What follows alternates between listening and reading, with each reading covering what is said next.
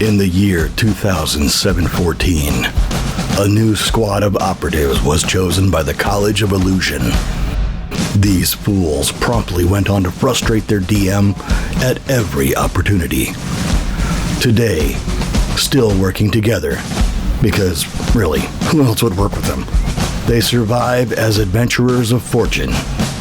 If you have a problem, if no one else can help, and if you can find them, maybe you can hire the Second Breakfast Club. Tony Kinney as Eddie Falzone. Jess Owen as Adira Glow. Michael Cole as Uorag. Jesse Wicks as Bill Quiverlance. Nico Rodriguez as your DM. Welcome back to the continuing tales of A Fool's Quest. So you get to Garask. Garask is a fishing community, much like the other ones that you've passed, but this one appears to have some survivors that are here, or residents or something, but there are people. So there's normal smoke coming from chimneys. There are people hustling and bustling around the town. You do notice that there is no activity around the docks, the shipping docks that are there. But there are towns guards that are going. The city actually looks really busy, like kind of packed. So intuition, maybe there are some survivors from Io that have made it down here. Refugees, yeah. Yeah. Don't head home, y'all. You have no water and no fish. Just a little heads up. And the tavern's burned down. Yeah, let's head to the gates or whatever. Is there a wall or a gate? There is a gate. There is a wall. Yeah, it's not a military fort like the other, military styles that you've been to. It is kind of the fishing community, but they do have like a makeshift. There's like a lot of sandbag walls to fill in blanks. They've kind of built it around the buildings, and they've boarded up the exterior doors and windows on the outside. So some of the housing is used as walls, and then they filled in the blanks with like makeshift walls. And it looks like even dismantled some boats and stuff to help fortify the town. But there's a gate that you can come through the doorway, and a couple guards holding some really shitty makeshift spears. One of them's got a pitchfork in his hand. They usher you guys in, and they close the door behind you. So militia. Yeah, essentially, yeah. Yeah. All right. Garask. So you made it in, and captain of a guard, obviously wearing an actual uniform, one of the few people wearing an actual uniform. He is an Aarakocra, kind of reminds you a bit of a condor. He walks up and he's like, hello, I'm Corey the Condor. Welcome to Garask. Are you guys like an actual illusionist party? We are. That is Corey the Condor. Fantastic. We've been sending calls out for aid for weeks now. That's not why we're here, but what aid do you need? Where do we start? We've got refugees here from Io, from demon attacks that have been happening along the way. Fishing has stopped almost a full month ago. What with the cursed fish and the poisoned fish that have been out there, we haven't been able to get anything done. Haven't you guys felt the impact up in the Forsaken City with no food reserves coming in? We hadn't when we left, but that was a little bit ago. Oh. We've been on a mission. We got to head to New Habira. Do you have any news from that way? New Habira seems to be doing fine. They are on the outskirts of where the demon attacks, and plus they're a full city, so they've got fortifications unlike what we, much better than what we do here. You said it was weeks ago you sent message to the Forsaken City? Yeah, I would imagine 3 weeks, maybe 4. We didn't hear anything, so I wonder if the messengers didn't make it. But we do have a scroll to message the college. We just wanted to investigate a little more first to give as much information as we could. Do you know what's going on with the fish? Like, why are the fish blinded? Yeah, no. So we sent a couple messengers, one named Margaret and another named Terrence, at different times. You haven't heard from either of them? Nope. No. Oh. Yeah. Well, it was just a call for reinforcements. But yeah, the fish. some time ago, maybe month and a half, maybe 2. I'm losing track of time. This weird trap was planted on the docks, and we haven't been able to disable it to get to the docks, but we think that it's poisoning the fish, and that poison is spreading out. So our docks have been completely locked off, and when you go out there, you have to have a magic item to enter. Many of us have taken magic items out and tried to accomplish it. When we can't accomplish it, it absorbs our magic item and makes it stronger. And we're not sure how to break this trap, this weird magic gateway that's out there. I can show you. Magic gateway. Yeah, let's see. Uorag is pretty good with ducks. Trap the docks. Turn off! This way. So he leads you out to the docks, and he takes you out to where there is a pair of 2 Sphinx statues. And you can see the docks beyond, almost as if you could pass through these gates where these giant Sphinx statues are and make your way to the docks in the boats. But you see in the sand, it looks like somebody's taken maybe a 2x4 and just dug a deep line that kind of marks the area all the way across like the sandy area for the docks, and then like marked the actual wood part of the docks with paint, and like so they've got it like wholly like marked off where the breaking point is. And he's like, these 2 Sphinx statues just appeared one day. Everyone that was working the docks that night disappeared, and they weren't able to come back home. We assume the worst at this point. And then anyone that goes in must have a magic item to enter past that line. If you don't, you are struck down by the Sphinxes. The Sphinxi? The Sphincter. Sphinxarii, I think. Sphincterais. Sphinxin. Sphinxonian. Can I get the country of origin? Sphincter? Use it in a sentence. I did. Can we get a definition, please? Plural of sphinx. Yeah. Nice. And that's Webster's definition. So I don't know if we don't have any more magic items to even test out, and it's a concern of ours here because some of our magic items were used for defense against the demon assaults.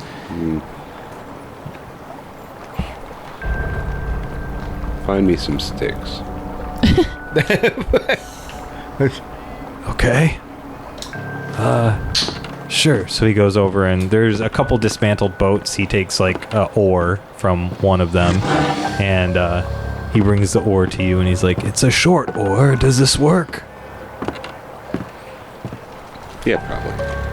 It's weaponish shaped. Okay. I don't know if it'll work. You want me to give it a whack? Do all of you have magic items? Yes. Oh, I do. Actually, Oh. Eddie's got scrolls. never mind. Urag's got a magic item. I've got 2 actually. 2. I don't even know. I can't cast magic weapon in front of this guy. That's probably too short. I Never got mind. that I don't need a shadow stick. I'll figure crossbow. something out. Yeah, you've got the shadow crossbow. I have that wand of twin spells. Yep. Yeah. I've got my studded leather that Yeah. I bought, You have and a magic the item? ring of featherfall. No. You don't? I have something else too, I think. Hold on. Wand of double vision. That's what it was called. I kind of don't want to lose my crossbow, so... Yeah, actually, that wand's my only magic item. I could Unless the scrolls count. I don't know if the scrolls would count. gaslight the guy into They're thinking magic, he aren't they? happened to find a magic ore. Oh no, I've got the sorcerer's stone too. Oh yeah. Yeah. There you go. That can turn into a reagent. Yeah, you can turn into any spell component once per day. So Yep. you can hold on to that while we go. Yeah. Corey takes the ore back from you, and he says, I will also note if you are attempting to go in, when you go in, you're there for hours, sometimes up to 20 hours that you're inside. I've gone in once, and I felt like I was only in there for maybe 5 or 10 minutes, but by the time I came out, it had been 10 hours. Does it seem like the same city when you're there, or is it... The city goes away. It's just a room. A room that you're in. It's weird.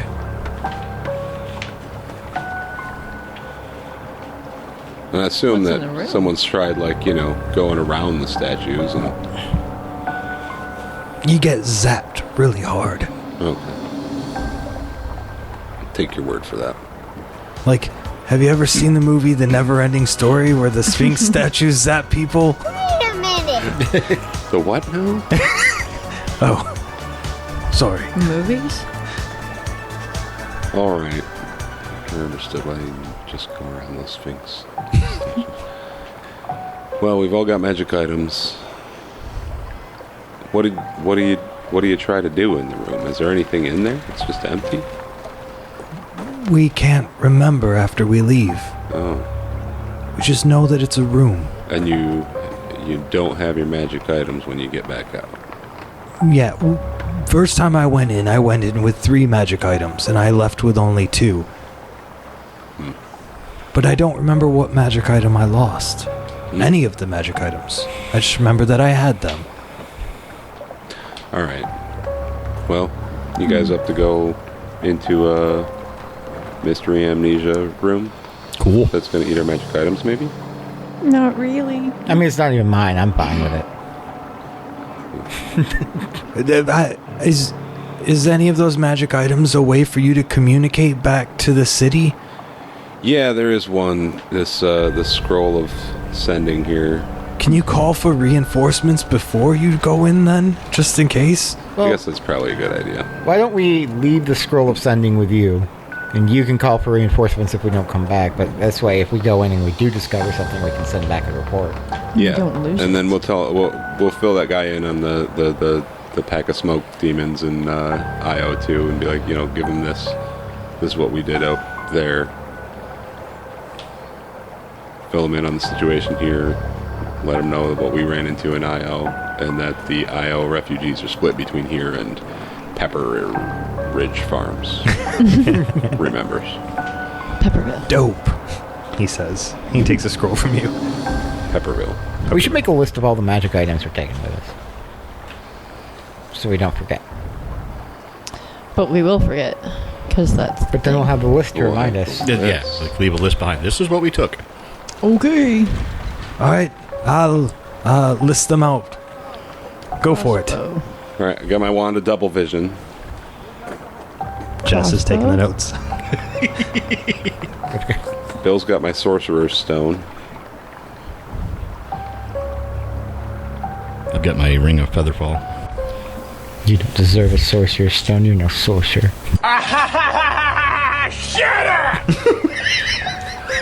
That's right, I'm a wizard. It's a warlock stone. I'm a wizard, okay? I think that was all I had. Yeah, I just had that crossbow. You're a wizard, Eddie. Because I didn't get my... That's it. All right. Right?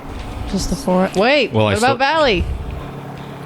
Does She's Sally got have a the magic cart. item? Like, we cannot leave the cart. Oh, we're not taking the card in. Valley's got her shoes. Her shoes are magical? Yep. Oh yeah, I've got super sneaky boots. Yeah, she's got super sneaky boots too. That's why she was always so quiet. She got them from Famous Footwear. You could have given those to Uorag with his invisibility so that maybe he had a chance. Here's a cat. They wouldn't have fit. He needs mittens. You ever seen a cat? You ever seen a cat with shoes on? It's ridiculous. He's sneaking there the whole way, kicking his legs out to the side and shaking them like that. We just hang him from his antlers. So she's got her boots of stealth. Yep. Yeah. All right. It's my studded leather. You said the count armor. Also. Yeah, studded leather. It's plus. Oops. Okay. Any other magic items you guys need to account for? Bill, you sure you don't have anything? Yeah. Yeah. I don't want to hear it from you. I don't want to tell you anything. I have revealed all of my magic items. What about your flying monkeys? I don't have any flying monkeys. Thought warlocks had flying monkeys. Warlocks might. Touche. All right. You guys ready to go in? Yes. Going in? All right. So you guys all step in. All right. Everybody roll 2d6 and tell me what you get. We're going to go in order. I don't want Highest that. to lowest. 5. 7. 4. 5. Oh, you and Eddie are tied. Roll off. Yeah, roll off. Let's see. 10. 6. All right.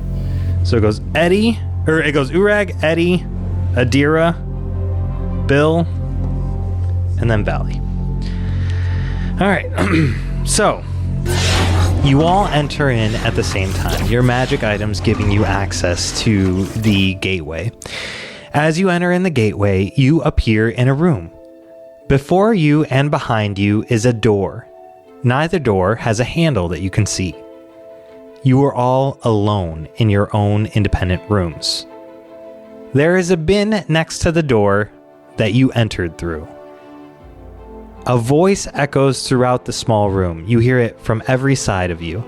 It says, "While many seek the path forward, too few choose to learn from the past. What have you learned from the past?" and Uorag. To you specifically, it says, Uorag, speaker of items and spirits. With so many voices in your head, can you do more than simply hear? Do you listen? Answer me these 3 questions. 1. What is Frack's mother's name? Doris. Doris Morris is correct. Noise. 2. Which one of Eddie's parents is still living? Neither. None. He is an orphan. That is correct. 3. Which nation is Valley's sister from? Abjuration. The Abjuration Nation. You've answered the 3 questions correctly. Now answer this final question. No longer about your past, but instead your future. You must answer honestly. and we're going to cut now over to Eddie. Oh dear. Dun, dun, dun. Eddie, Master of Illusions, your past is layered with tricks and falsehoods, but is your memory true? Answer me these 3 questions. What illusionary creature did you defeat during the sabotage of the bells? Oh, you mean the griffin? Correct, the griffin. 2. What reagent was stolen from Dean's office that can be used to cause targeted hallucinations? Well, it was morning glory powder, but it's more of a drug than a reagent. Morning glory powder is correct. 3. During the illusionary undead attack on your school, what dance did the illusions do? They did the thriller dance. Thriller. You have answered all 3 questions correctly. Now answer this final question. No longer about your past, but instead your future. You must answer honestly. And over to Adira. This is going to be terrible. Adira, fierce fighter of fire, your trail is littered with the corpses of your enemies. Do you value life so little, or do the faces of your enemies haunt your dreams? Answer me these 3 questions.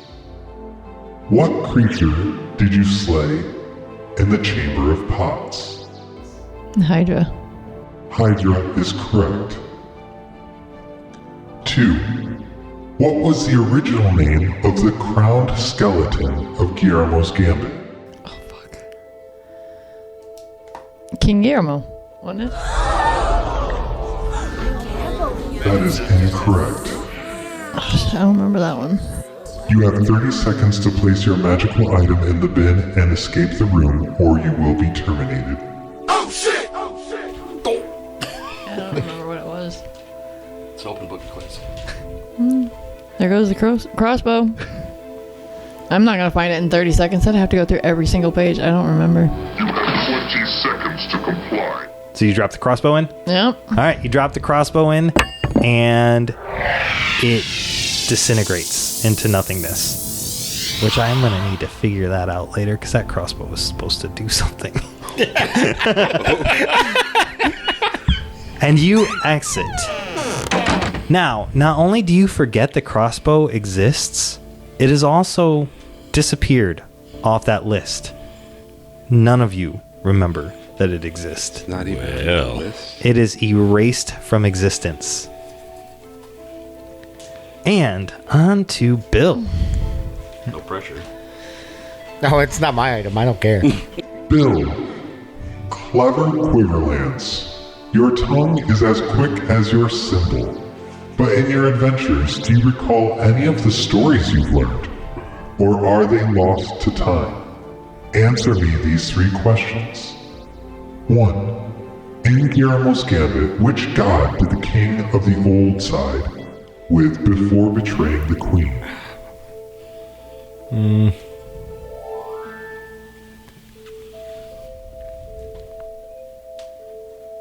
It wasn't Cthulhu, was it? Cthulhu? Cthulhu is correct. 2. The Moonlit Path is the 3rd most recognized religion in the world. What god do they worship?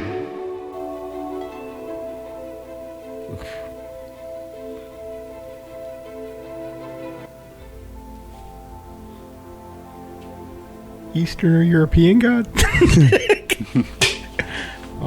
I don't. You shut your whore mouth. Well, no, I feel like I should know it, but I don't remember I'm terrible with names. I don't know. That is incorrect. You have 30 seconds to place your magical item in the bin and escape the room, or you will be terminated.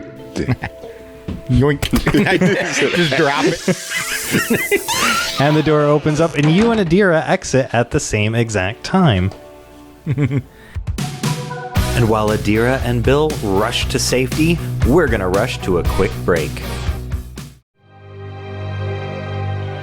Hello, Zach here from Geeks Can't, and I'm here to warn you strongly about our podcast.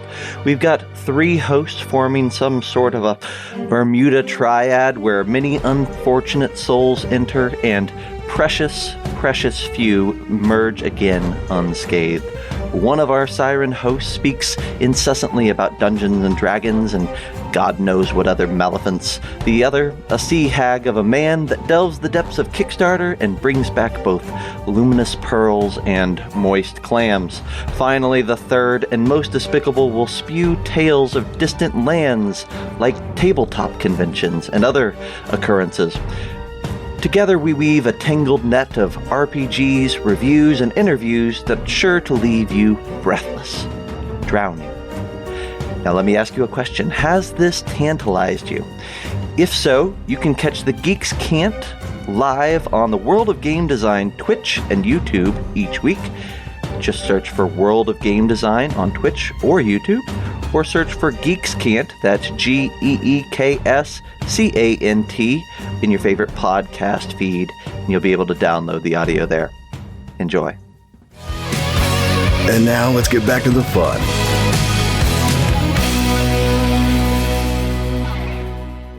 Back over to Uorag. No more Philosopher's Stone. Sorcerer's Stone, or whatever it was. What? Stone. What is the one aberration to nature that you cannot abide? The one aberration to nature that I cannot abide. Undead. It is a mockery of the life cycle. Thank you for your response. The door opens up on the other side, and nothing but bright light bleeds through, allowing you to gain access to move forward. Eddie. I'm Eddie. After you have achieved absolute magic power, what will you do with it?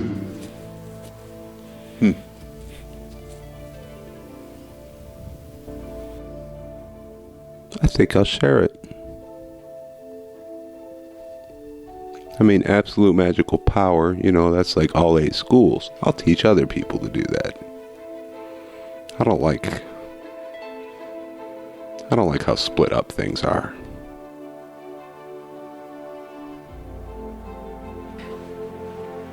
The door opens on the far side, and it says, Thank you for your response. And the light bleeds through for you to gain entry. Adira and Bill, after a short moment, Valley comes walking out on your side, and you see her pop out with you 3. And you 3 are sitting there, and the others are gone. And it is like early morning now. You can kind of tell, like, it's dark outside still. They had put up a little a little fire out there for if you guys, when you came out, but almost, a day is gone. Like, you've been in there for a while. And so they're there, and they've left some rations out, but it looks like everybody's kind of been going to bed, and, you're out there on your own in the morning. And Uorag and Eddie, you walk through the door. You get to the other side. On the other side, there is a Sphinx statue. It is in 2 pieces, and it appears as though the statue can be screwed back together if you decide to do it. Like, the top of the Sphinx is unscrewed from the bottom of the Sphinx, and they're just sitting there. But in front of it, there is an undead man standing there holding a large, like, ridiculously large sword. And he steps forward to block Uorag's path to... I pull out one of those bottles of wine from earlier. I will drink it. I don't know, the other skeleton didn't like... Look, a distraction. Then I'll attack him.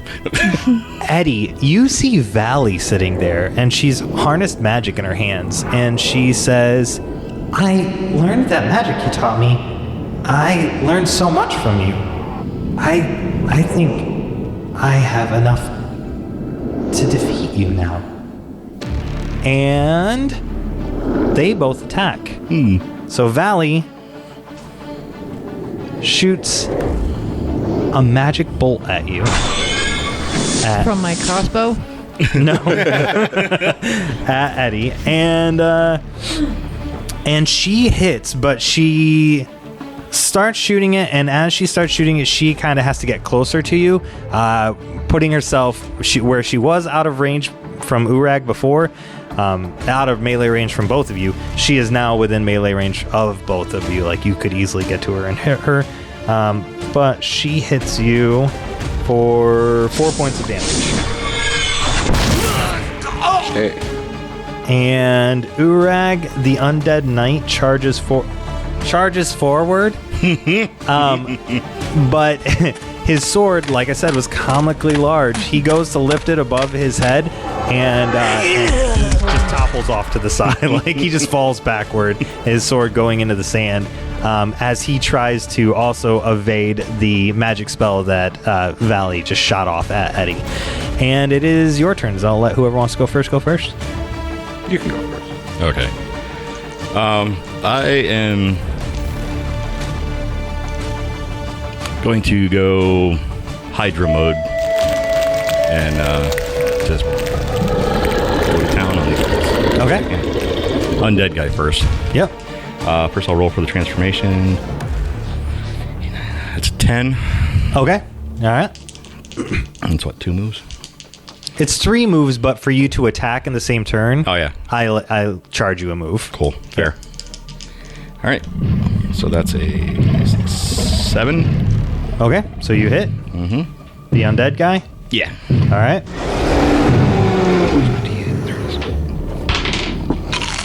For 3. For 3. Okay. And he hits you back as he brings the sword back up to help block, but he hits for 4 damage. So Okay. And Eddie.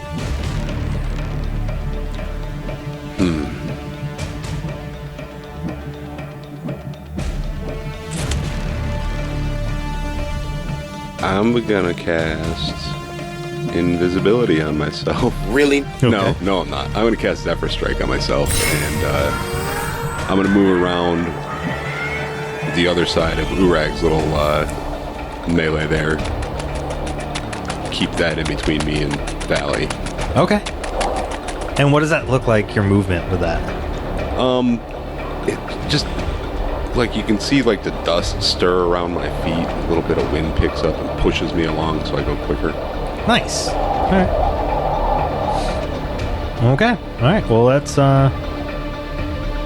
take it back. I gotta roll for mine. That's a 10. Oh, okay. Sweet. Yeah, I guess that makes sense. Valley takes and she shoots an ice bolt this time out from her hand, but it slams into the back of the undead creature's shield just as she was aiming it as you, and you put the undead creature between you and her. She fires it off at just the right moment, and your movement helps create that block, and so she slams into his shield that's on his back. And the undead guy now takes a full swing at Uorag and hits. Minimum damage. For 3 points of damage. Alrighty. Alright, and it is Uorag's turn. Okay. In Hydra form. Yep. I'm just going to start munching at it with multiple heads. That's a 9. That hits. That's a 4. And it does hit you back, but it doesn't do any damage. Because reasons. Eddie? I'm gonna dart in there real quick and smack that undead thing with my little baton there, and that is a... No, I'm not. That's a 6. Okay. So you swing your baton, but he easily strikes it to the side with his giant sword. He just... But that means my spell didn't end. Yeah. Nice. All right. Valley this time is going to move around to the side, and she puts herself right in Uorag's reach with his 2 heads. Like, she's like right in the fray now. But she shoots a poison spray right at you and Uorag.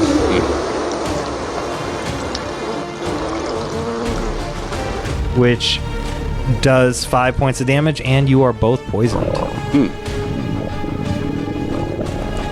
And undead guy is going to take that giant sword and swing and just hits the same spot that he just hit, where he does 0 damage to Uorag. I'm the juggernaut, bitch! You learn that's a tough spot. Mm-hmm. What's the effects of being poisoned? It's -1 to your Constitution ongoing until the poison is resolved. Okay. On your character sheet, there's like if you look at Constitution, there's a... I did my own. So. Yeah. Okay. Yeah. Okay. All right, and that's back to Uorag's turn. Okay. Well, since Valley's in range, I'm going to take one of my Hydra feet and try to stomp her. Okay. 7. 7 was going to hit her. For 9. So 9 damage will do it, but just as you hit her, she does do some damage back. She turns herself into an ice spike. Just her whole entire body turns into a giant ice thing. And as you stomp onto her, she does 8 points of damage back to you. Gotcha. But she is gone. That's teamwork, Eddie. Shattered. And Eddie's turn. All right, now I'm going to try for that undead dude again. That'll do it. That's a 9. Yep, so 9, you hit him. 6 damage. 6 damage is enough to do it. So, but he also gets a hit back at you, which he does try to block again, but he shoots his sword forward, doing 5 points of damage to you. But then he explodes, as well as bones and sinew fly out in each direction. And the sand just grabs up to those bits and pieces, frozen valley and skeleton guy, and just yanks them down in the sand below, and it's just nothing but you and the Sphinx. I'm a fist bump Uorag. We got each other's backs, buddy. Mm-hmm. All right. What do you think we should do with the Sphinx? I guess we should put it together. Agreed. We'll put it together. All right, so you put it together, and the magic barrier behind you, the trap, everything just dissolves. And the 2 sphinxes, the ones that had the gateway out in front, they crumble down into the ground, fading into the sand. Nice. We did it. We did it. We sure the damn did. And yeah, now all of a sudden you reappear, both of you reappear in front of Bill and Adira and Valley again. Valley's just sitting there. She's like, hey, you did it. I just look. Hey, Valley. How's it going? Good. Nice job. Rub my hand as I go by. Got it. Hey, Bill, let me get that that sorcerer's stone back real quick. You don't know that you lost that. Yeah. That's erased from time. I forgot. My mistakes cannot be criticized. What mistakes? This Sphinx gaslit all of us. Never gonna learn. Oh, she doesn't remember. The D4 has bubbles in it. It's got like a bubble right in the middle of it. Where else would you keep it? I suppose that's All right, so there you guys are, and the magic seems to drop. You guys can feel the magic in the air just dissolve, and Corey, the Condor, comes back out, and he's like, "Oh, you did it! Yeah, hopefully. You dissolved it. We did dissolve it. That's fantastic. What do you have there? The items in your hand." What do we have? The Sphinx statue? Yeah. Just the Sphinx statue. Oh, Picked it up from the gift shop. that's the one that the fishermen found in the whale when they killed it. Oh. See, we thought there might have been some kind of cursed whale death. I've heard about this whale. Yeah, this was probably what was killing the fish then. I had forgotten about the whale until I saw the Sphinx. Well, we're going to hold on to it. Yes, please. I don't want that here. No, we're going to keep this. Strange. Meantime, I like what you've done with the place, building those the barricades around town. Thank you. But a lot of refugees from Io have made their way to Pepperville. I don't know if you want to try to lead the people here that way too. It seems like the demons haven't attacked here yet. Yeah? Small little contingents of demons have, but nothing too... Not the main force, not by any means. I don't think they've come this far south. Small little raiding packs. Be risky, but it might be safer to head to Pepperville because, you know, the more people, the better we are to able to defend ourselves. But do you know how Pepperville is doing on food supplies? Yeah, that's I have no information, no current information out of Pepperville. So that would be my biggest concern. Do you think the curse with the fish has been resolved? I would think so, yes. Okay. Well, maybe we'll stay here for a day or two and see if we can vet out whether the fish are safe to eat or not now. If they are, maybe we should stay here. We have food and water supply. He points at the water tower. As long as nothing happens to our water tower. Yeah, it looks like the demons messed up the one in Io. Probably put a double guard on that or something. Yeah, make sure that's well guarded. Good to know. Yes, And we not will. flammable. And you will call for reinforcements now. Yeah. Well, we gave you the scroll. You didn't use it yet? Oh, no. I thought you wanted me to wait till you got back out. That's what I said. Well, you're back out. Yeah, so give me the scroll. Okay. Gives you the scroll. All right. I'm going to write Dean Smelding a letter. Something along the lines of, Dear Dean Smelding, I am writing you from the town of Griskow. It doesn't matter where. It's on the coast. Garask. There was a curse on the fish. We fixed that. We're still heading to New Habira, but there's a pretty large force of demons terrorizing the area. Io's been abandoned. I'll tell them about the refugees, blah, blah, blah. Anyway, just checking in. Yours truly, Eddie. XOXO. Second Breakfast Club. All right. Yeah, so you send that, and the scroll burns up in your hand magically, does a little fizzly, sparkly thing. And Eddie, you forgot to mention how you might be... Forgot the warlock bit. He should know. This concludes this episode of A Fool's Quest. Join us next time for more fun and daring adventure. Thank you for listening, and don't forget to like, subscribe, review, and comment on your favorite platform to listen to A Fool's Quest.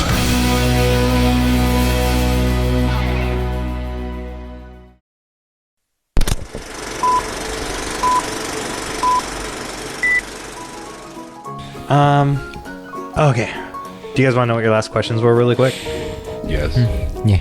Adira, who is the god of death? I don't know. The many-faced god. And your last question was, who is the one person you could never slay? And then, Bill, your third question was, name one of the 9 souls that reside in the scimitar of the 9 lives. I should know that, and I don't. Yeah. Am I a real questlinger?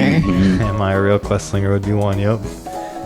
And your final question, if one of your party members was cursed and you could not cure them, would you have what it takes to sever their mortal coil from this plane? Yes. And the item that went away that was cursed was that crossbow. Boo. And there's a whole series of bad guys now that won't be in there because anyone that you had killed with that crossbow would have created a soul demon. Not a demon, but like a soul entity that would come out later. And they would all group together, and you guys were going to have to fight them later. But now, we're going to just cancel that whole... You erased that cursed item from existence. Dun, dun, dun. It was a badass crossbow, though. Hero of the world. Didn't even know it. Savior Awesome. of men. All right, so...